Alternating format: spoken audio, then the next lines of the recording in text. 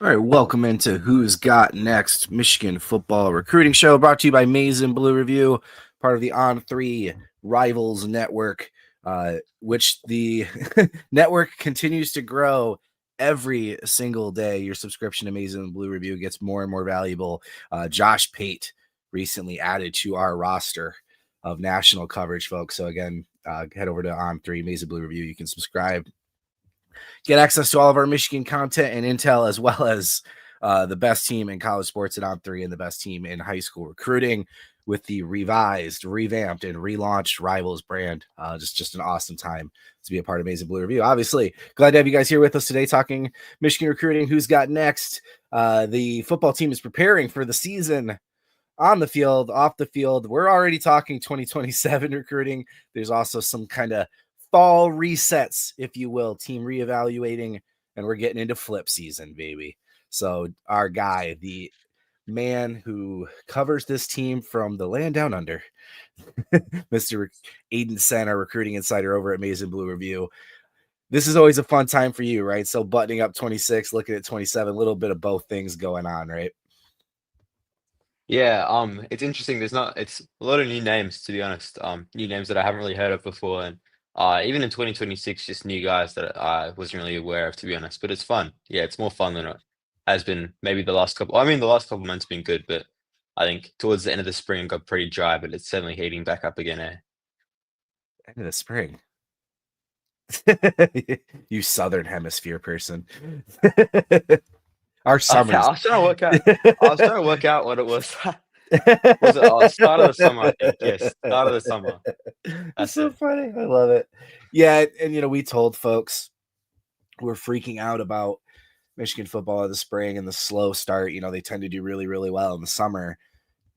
Obviously, we're going to get into it more detail here. We've talked some folks, so this can be a short answer. But your gut instincts on 27. Do you think Michigan might have more 27 commits earlier in the cycle this time around, or do you think we're still going to be looking at 3 to 5 guys heading into the summer next year and then kind of a big blitz, which has been pretty common with Michigan in the past?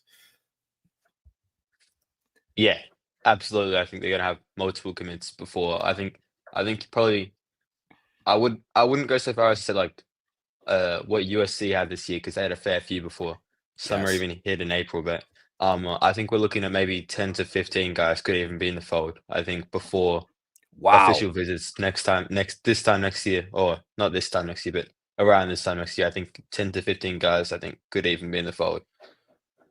That would be wild. Very Yeah. uncharacteristic. So I'm going to clip cut this and say that you guaranteed that was going to happen and hold you to that. So before we get into the what ifs and the people not committed and the people committed elsewhere, Michigan did get another commitment recently, but a 2027 commitment, right? Offensive lineman Tristan Dair. This one came on quick. I don't think a lot of people knew or know much about him. I'll be honest, I still haven't dug into him much with all the prep I'm doing for the current season. So I have a feeling you're going to be introducing a lot of folks to Tristan Dair here, but tell us a little bit about his recruitment and what he brings to the Michigan 2027 recruiting class. Yeah, to be honest, I wasn't too familiar with this. I mean, I talked to him a little bit. I think I have a couple articles up on the site. From like I think last month towards the end of last month, I did a full article on him. But yeah, this one came on fast. I mean, Texas recruit. He plays at the highest level of Texas football, Texas high school football. So even though he's only a three-star recruit, I think his offer list shows that he's probably projecting as a junior and senior season riser in the rankings. But yeah, I think he wasn't really anticipating on making a decision this early. I'd spoken to him, as I said, last month, and he said that he wasn't really considering a decision this early in the cycle. But things kind of changed because Michigan pushed a bit harder towards the end of the month. He came in towards the end of the spring for a visit, or end of the spring, I don't know. But he came in around official visit season for a visit, already visit having already visited during spring training, and things went well. He's really high in the program. Grant Newsom and Sharon Moore pushed really hard for him.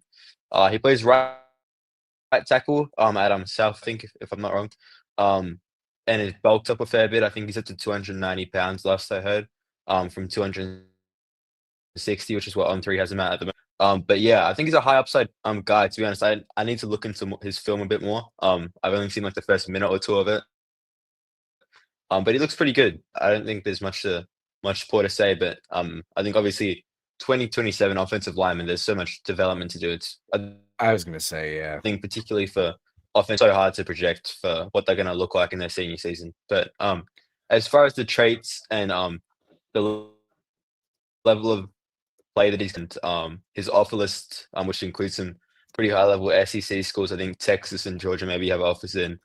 Yeah, I think it's all good signs. So Yeah, I was gonna say, I mean, what you're talking about is someone who just finished their sophomore year of high school, right? So they're going into their junior year, and I mean, these kids are bigger than they've ever been, right? We've seen with these recruiting cycles. So sometimes, yeah, you look exactly. at a kid and you're like, oh, he's only 6'4", 260. That seems small. Well, yeah, he's 15. Right. Like, so if you're getting a commit early, and this is something Michigan's done well in the past, right? Identifying some talent early in the cycle and trying to get them in. And then, obviously we'll see how their junior year goes. That's going to be a big impact on whether they stay in the class or other schools start offering, they rise up their rankings, etc. But I thought you brought up a good point. The top class of Texas football, this has been the last cycle, especially. We've seen Michigan go in and get these Texas kids. Sometimes they're underrated. Sometimes they're just misses by other programs. Sometimes they're top kids in Texas. But we've talked about also, too, a school like Texas or Texas A&M has to be so loyal to some of these other programs that sometimes kids slip through, right? So I love that Michigan continues to recruit that state well. It's no secret, hotbed for talent, right? So, all right, let's get into it. Like I said, flip season. Woo! Right. And you can start bringing up names you want as you go, but I know the secondary, there's been some names we'd already talked about previously as potential targets for Michigan. Corner seems like a possibility. Sounds like we did have some reporting as well on wide receiver. We weren't sure if Michigan was going to indeed target a fourth receiver after Calvin Russell chose Syracuse, but it sounds like that's a possibility as well. So if you want to just go through some of the positions where it looks like Michigan might be searching with recruits committed elsewhere and some of the names that are coming up. Yeah, so the position so far, a safety, or just defensive back in general, and offensive line, are the two primary positions they're going to look at. I imagine. I mean, they already have one name on the board currently as a flip target, which I'll get into. But I think they're going to look. They're going to do some senior evaluations at linebacker. Yeah, DQ Fulker's commitment plays out. Because I think they're currently only looking to add one more linebacker to the class.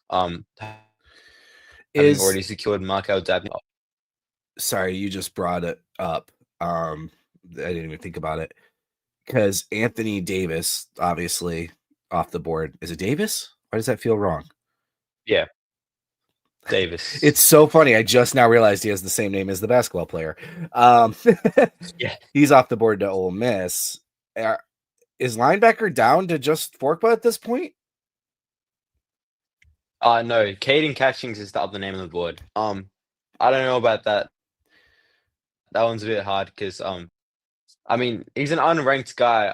And to be honest, he's not playing against particularly high level competition, but he's got really good traits. I like his play a lot. He's got an offer from Ole Miss, speaking of, so it's not just Michigan that's looking at him. But he's an interesting one. I think that if Michigan pushes there, they could pretty easily flip him. That's basically the impression that I got. He's looking to take a visit. But yeah, DQ Fulker, I haven't heard much on that one recently. That one's gonna play out into the fall. I think we're not gonna see a commitment from him for a little bit. I don't think. Then safety, as I said, there are a couple new names to talk about. Well, I think maybe just the one, but oh no, there are two. But Danny Asker is a new name that we haven't talked about on the podcast recently. There's an article up on him.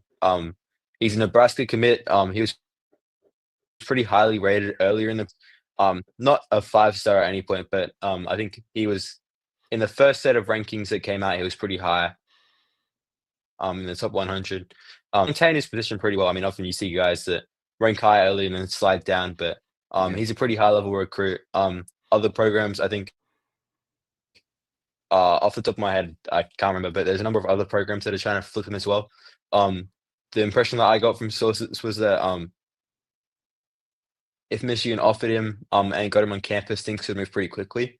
But neither of those things have happened yet, so we'll have to wait and see how it plays out. The other one that we have talked about previously is James Dunnigan. Obviously, there was that Yes. Twitter post yesterday of someone acting like Hayes flustered. That was very realistic. I thought I was Somebody pretty well sent it to sent for a minute me. there until I normally don't yeah. bite on those, but somebody sent it to me and I was already busy doing other stuff and I quickly posted it on the board. And as I copied and pasted it, like I noticed the HTML looked weird. And then I saw the no 3 Mm. sports and I'm like, oh, like who has the time to run these accounts? Like, why is this I fun know. for I think you? it was I a don't K-State understand fan it. or something. That was the rumor, yeah. Yeah.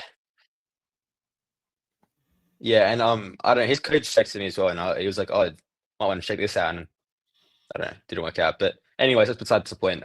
Michigan's still pushing there. That'll be a hard flip though. A pretty hard flip actually, I think, because he's at the top of Kansas's board. Mhm. And just from intel that I've gathered, um, they're making him a priority, is what I'll say. They're making him a pretty high level priority. And then even as you referenced Jabari Brady, I think his name is. Yeah, wide receiver, Maryland. Um, that one of the national analysts, I forget who it was, reported that a couple of days ago. Yes. I don't Um, remember. I think, but he's they thought that he was a pretty I think the impression that I got from the article was that Michigan views him as that a big one, even though I think he's only about 6'2". But I think just a physical outside receiver. I'll look probably into more into his film in the next couple of days, focusing more on 2027. To be honest, recently I haven't had enough time Yeah. to look into those film of those guys, but yeah, that's an interesting one. I didn't really go for a fourth receiver, to be honest, just from what I'd heard. But I suppose if the opportunities arise, then yeah. Yeah, when I watched his tape, I mean he's gosh, how do I want to say this? I saw some similarities in some guys they already have in the class already. Um, first off, Aiden's gonna try and see if he can improve his connection real quick here. But yeah, I mean, he definitely. I saw was it 6'2", 205 he's listed at, but yeah, he definitely moves like a bigger X receiver. I don't know if they expect him maybe to get taller. That doesn't necessarily have to happen, right? But that was kind of more of the Russell plan was that bigger outside. Now I still think Travis can be that big X receiver, that outside player, and that's what's so great about Michigan's current position at wide receiver is they're good. The 3 they've got, where you have your X with Travis, Zion's your Z, and then obviously we've talked about Jaylyn Pilot at length and him being underrated in the slot. So they have some freedom here at that 4th receiver spot. There's some big names. Excuse me. There's some big names out there too that Michigan is potentially going to try and flip that I think might be less public as we go. But to me, the Brady news was just more indicative of like, okay, Michigan's casting a wider net here. They're not just going to take a 4th receiver if it's the right guy. They seem pretty willing or even not eager, but like they're actively looking for a 4th receiver at this point. That's how I took the Brady news. Him as a specific prospect. We'll see if he even gets on campus, kind of like you said with some of these other flip targets. But for me, that was the biggest takeaway is okay, Michigan's looking to really get a 4th target here. But Yeah, and I don't know if I'd that's agree with gonna be that. better or not. We'll see. All right. Let's get into no, you're okay, bud. We'll make this work. You've got you've been posting some visit dates. That's another thing too, right? Obviously, the fall season, football season itself is coming along. So some guys are scheduling some visit dates. If you want to go over a few of those folks. And I'm assuming Ohio State's gonna be a big weekend. Yeah, it's gonna be massive. They've got I think 8 guys already scheduled. Just from the intel I've received. The key ones to look out for: Jaden Upshaw, is a big one. 2027. All these guys I'm going to talk about are 2027. By the way, Okay. 2026 guys haven't really started scheduling visits yet. But Jaden Upshaw, wide receiver. Can't remember what state he's from, but he's a big one because I think a lot of big programs are recruiting him pretty hard. He's a pretty high upside kid. I think he's 6'4" or 6'5", I think. Real boundary wide receiver. Really high upside. I really liked his film. Jack Brown, tight end. Also SEC schools recruiting him. Colt Lumpers is a new name to the table. I think Michigan offered him last year, but hadn't really been in the mix too much. But he's a new name to keep an eye on. Tight end as well, right? Caleb Elkins, yeah. Yeah. Yeah.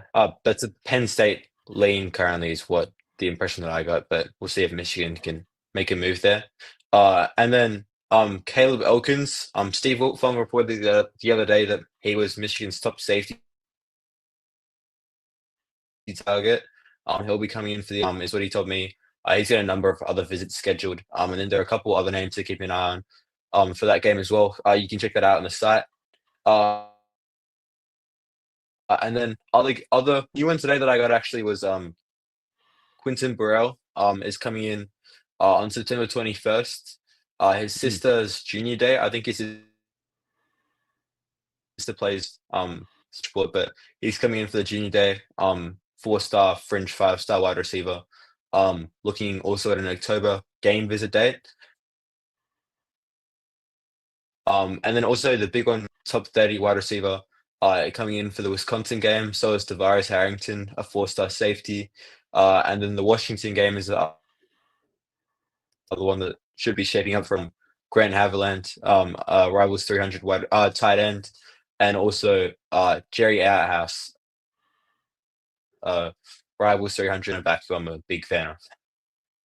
That's a lot of names, but yeah, it's all good. And you do an awesome job in the den, our message board community at Maize Blue Review, of keeping the summer, the visit schedule and commitment schedule. When guys start to post their commitment dates, you keep that updated constantly. So if people are ever, trying to track down visit lists or whatever, Aidan always has that calendar filled out and updated. So another perk of being a member at Maize Blue Review, something you can keep track of over at our website.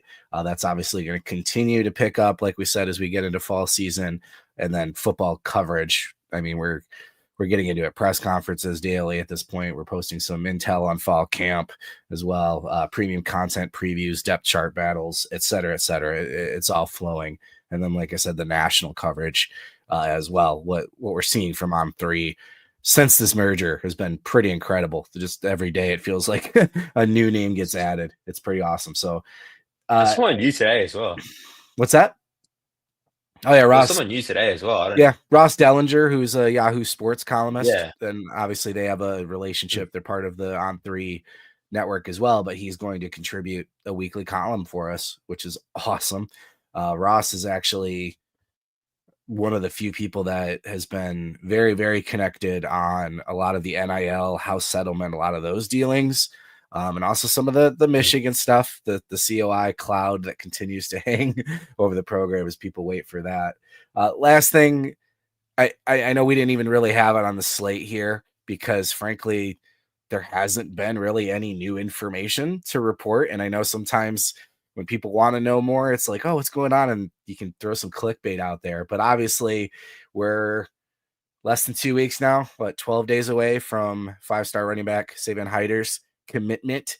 Again, his team has done an incredible job of keeping things close and, the people that need to know kind of thing.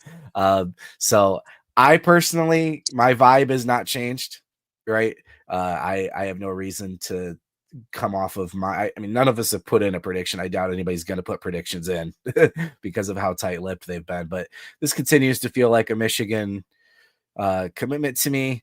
And I mean, we've talked at length. If it's a miss for Michigan, there's no positive spin on that. It would be a huge loss. Yeah. The only new intel that I got was that Georgia was having another look after Louisiana Derek Cooper, but I don't think they're going to eventuate with anything. I think Michigan and Tennessee, everyone's reported this for a while that it was coming down to those too. I said that Michigan was out 5. I think Josh just said the same thing. Just because I mean he's Michigan's number 1 target on the board, the entire board. Uh, they're investing in him. They've made a big pitch, not just off the field, but on the field, as featured number 1 running back.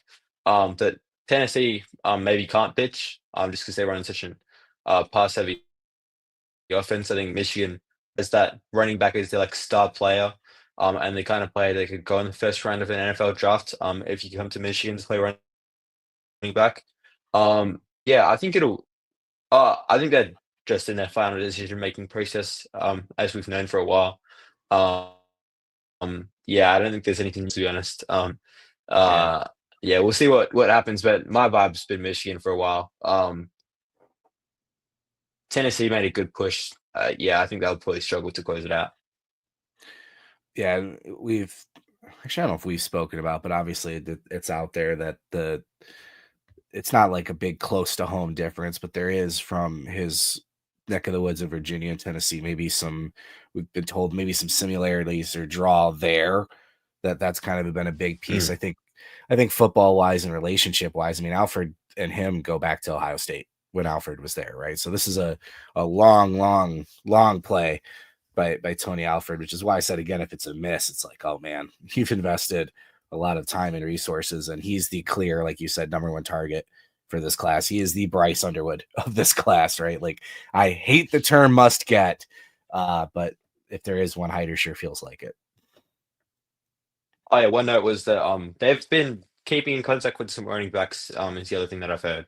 JV Mallory, the Miami commit. John Garcia reported on that. That they've been in contact with him. JV and Osborne. They were always going to keep in contact with. And I haven't. But I think there's avenues if they miss on Haider, but as you say, it's Haider or nothing really. Yeah, I would hope. I mean, obviously they took Jonathan from Columbus. That's kind of a guy that right now is a buy low. Feel like he's gonna have a big senior year that they got in on early. But Mallory's such an interesting player too, because I was speaking with actually I think it was Darbo the other day that if Michigan would have at the time was pitching the Haider Osborne play, right? And if they would have been open to his commitment when he committed, I wonder if Mallory would have committed to Michigan at that point, right? He committed. I think he would have. I think so too. I do too. So it's not shocking to see them. I think I wasn't with you guys. No, that was a while. I wasn't with you guys at that point. I think. But I think the insight that I got was that he was going to commit to Michigan at the time. Mm-hmm. Like, yeah. It felt like he was a pretty big blue lean, but like again, I don't know that at that point they were going to take his commitment because they were pushing so hard for the Haider Osborne combo. So yeah, that would be an interesting one. But all right, we're going to go ahead and button it up. Again, sorry for the inconsistency. We want to try and be every Wednesday. This was my fault. I had something going on yesterday, but good news. You can subscribe, and do the notification bell on YouTube so you always know when we go live. Obviously, we've got Who's Got Next. Dennis is going live, not daily, but almost at this point. Tons and tons of content as we get closer to the season. And of course, like I said, please give us a shot. Now that we're part of On3, the resources that you have access to are incredible. The national content on On3 and Rivals, as well as all Michigan content on On3. It's $1 for the first week before your subscription kicks in, so you get a chance to check us out, get out of the den, ask our subscribers what they think, so you don't have to believe just me. But other than that, once again, really, really good viewership for this episode live, actually, considering I think I tweeted at 3 a.m. we were going to do it. So nice to see you guys come in and stick around. Appreciate it. Again, if you're listening back, whether on Spotify or Apple or watching back on YouTube, if you want to be a part of the conversation, make sure you're getting that notification bell on YouTube. And then otherwise, we'll see you guys in a week, getting closer and closer to football season, but we'll be back. Who's Got Next? Maize Blue review. Thanks for joining us.